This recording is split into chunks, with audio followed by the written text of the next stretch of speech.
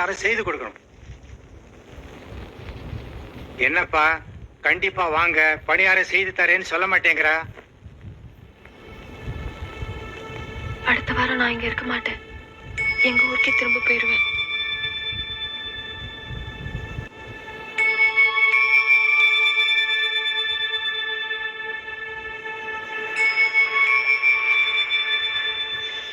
வந்து 4 நாள் கூட ஆகல. அதுக்குள்ள எங்க அம்மாவை பார்க்கணும். அதான் 18 வருஷம் அம்மா போடைய பிடிச்சிட்டு சுத்தியாச்சு இல்ல, போதாதா? நான் ஊருக்கு போறேன். யாருமே பட்டிக்காடு. இனிமே இதுதான் உன் ஊரு, இங்கதான் உனக்கு வீடு. நான் தான் உன் புருஷன். இல்ல, இது என் வீடு இல்ல. எனக்கு இங்க பிடிக்கல, நாட்டுமே இல்ல. இங்க நான் இருக்க கூடாது. இது என் ஜென்மக அக்கா இருக்க வேண்டிய வீடு. என் அக்கால இப்படி ஏமாத்திட்டீங்களே. அதான் கோவமா? அதனாலதான் இவ்வளவு நாள் லவ் பண்றீங்க. உங்களுக்கு மனசாட்சியே இல்ல? நெஞ்ச தொட்டு சொல்லுங்க, நீங்க செஞ்சது உங்களுக்கே நியாயமாப்படுதா? எங்க அக்கா மாதிரி குணத்தை 8 ஊருக்கு 7 ஜென்மக்கு தேடினாலும் பார்க்க முடியாது. அவளை போய் வேண்டான்ட்டீங்களே. அக்கா பார்த்து பேசிட்டு திடீர்னு இவ்வளவு கட்டிக்கிறேன் என்ன போய் காட்டிட்டீங்களே. மனசு எப்படி துடிச்சிருக்கும். இனிமே நான் அக்காவை எப்படி ஏற எடுத்து பாப்பேன். ஜென்மத்துக்கு அவங்க முழுக்க நாதி இல்லாம செஞ்சுட்டீங்களே. ஊர் ஜனங்கள்லாம் தூத்துனாங்க, கடிச்சு கொட்டினாங்க. ஏதோ நான் உங்க முன்னால வந்து வசியம் பண்ணி மயக்கிட்டேன். கொஞ்சம் பேச விடுறியா? படிச்சா போதுமா? மனசு வேண்டாம். உங்க பட்டர் விளையாட்டா இருக்கா? இந்த பொண்ணு வேண்டாம், அந்த பொண்ணு செய்யுங்க. இதெல்லாம் பொம்மை கிடையாது.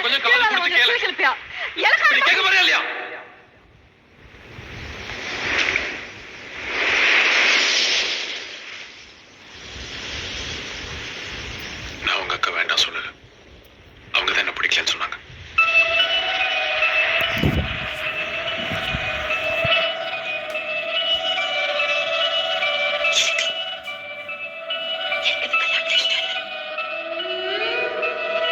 What?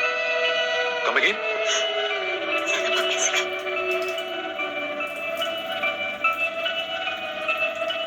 இது கல்யாணம் வேண்டாம்னு சொல்லிடுங்க.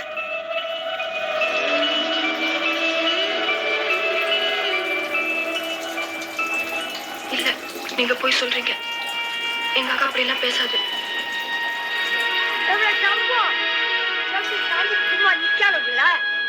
அந்த காப்பு கஞ்சி எடுத்து கம்புக்கு ஆட்டு கொடு.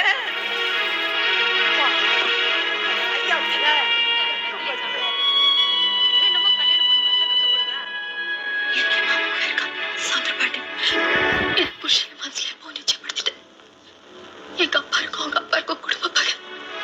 அதான் வெளியமா பாக்குறது. அவரை கட்டிக்கலன்னா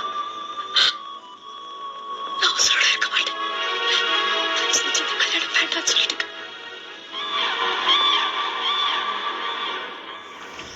இதெல்லாம் நான் எப்படி நம்புவேன்? நடந்தது இதுதான். நம்பினா நம்பு, இல்லாட்டி விட்டுடு.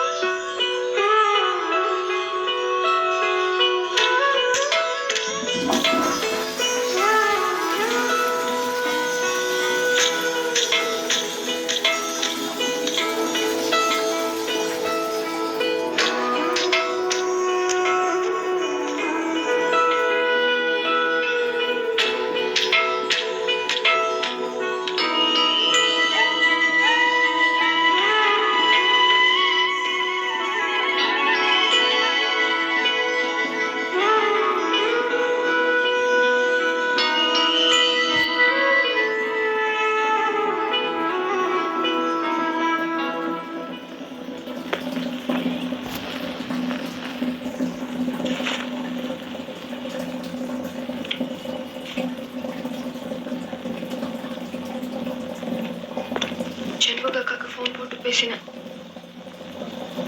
ரொம்ப சந்தோஷமா இருக்காங்களாம். உங்களுக்கு கோயில் கட்டி கும்பிடலான்னு சொன்னாங்க. நான் தான் விவரம் தெரிஞ்சுக்காம உங்க மேல கோவப்பட்டேன். என்ன மன்னிச்சிடுங்க. சாமி, சத்தியமா சாரி. Yes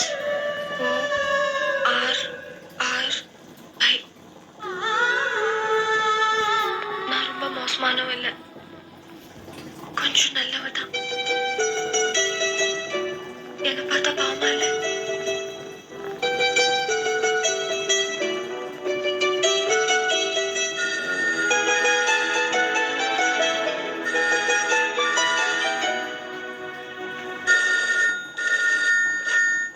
hello.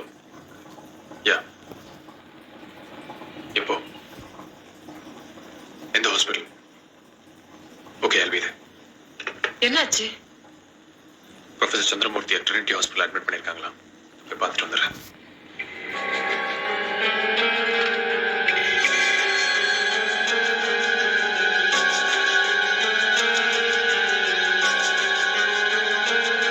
என்னாச்சு சார்?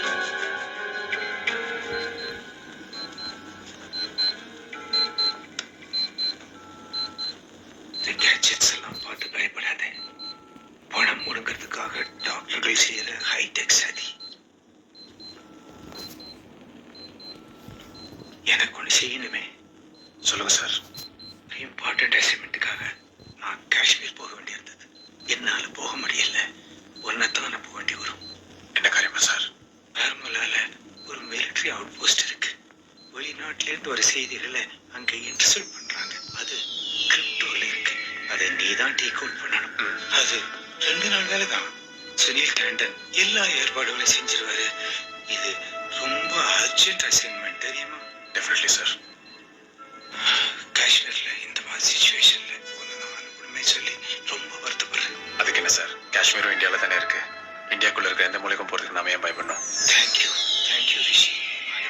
மிலிட்டரி செக்யூரிட்டி எல்லா ஏற்பாடுகளும் பண்ணிடுவாங்க. You need not worry at all. Okay sir, நான் பாத்துக்கிறேன்.